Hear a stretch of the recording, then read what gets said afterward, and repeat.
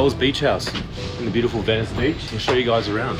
Bell's is a Hawaiian izakaya of sorts. So we take a strong influence from tiki culture, predominantly for our bar program.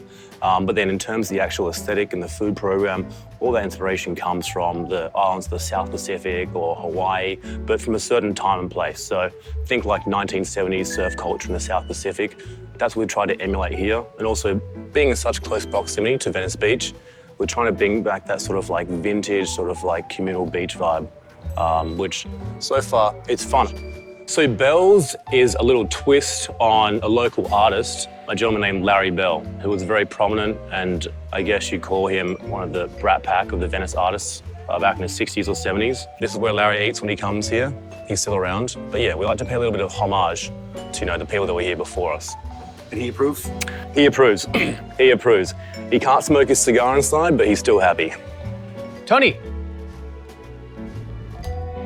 This is Antonio. How long have you been working with us, Tony? 15 years? 15 years? 15 years.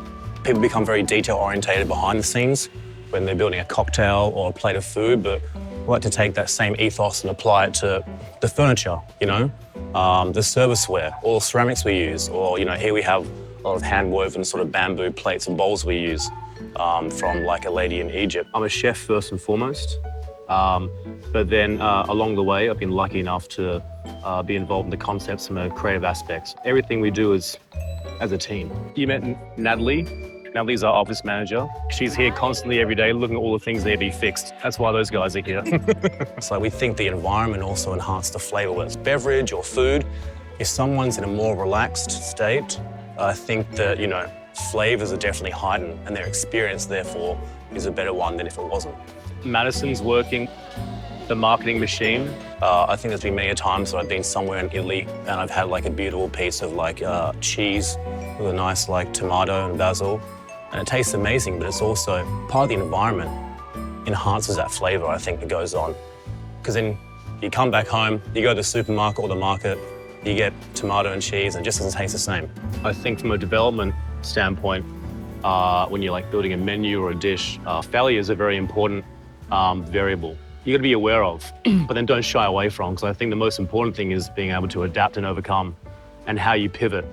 I think sometimes you can have tunnel vision in terms of what you build in your mind and how you conceptualize something, but you never actually know until you put it in action.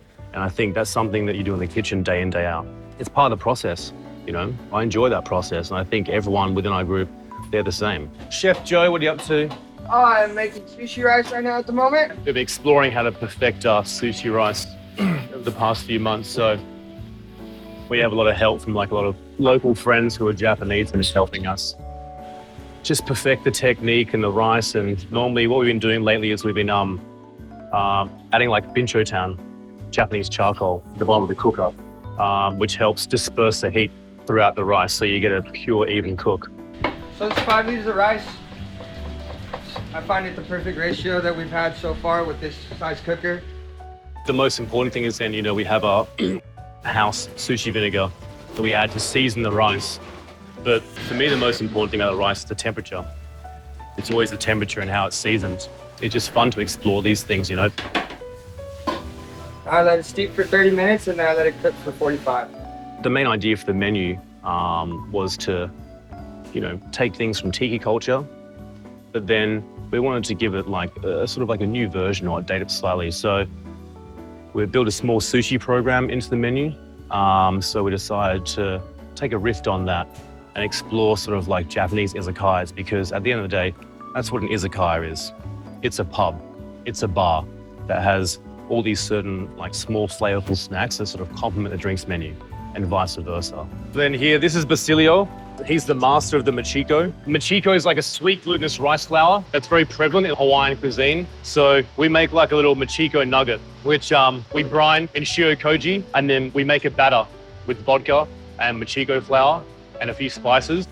And then what Basilio's doing here is he's doing basically the blanch fry. A lot of layers to like one tiny little bite. I know like our bar director, Julien, he's really excited to like work with Empirical, as am I, but also from the kitchen standpoint as well, because I know that Empiricals, there's a lot more going on there just besides the liquors they're producing. So that excites me for sure.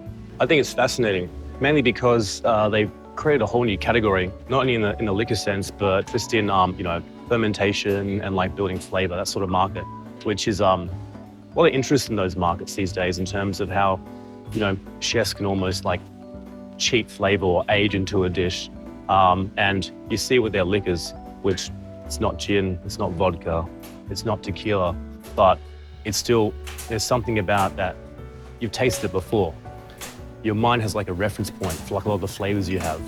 This is Venice. You got the vendors, the skate park, boardwalk and the ocean and palm trees. That's the perfect cocktail of Venice, really.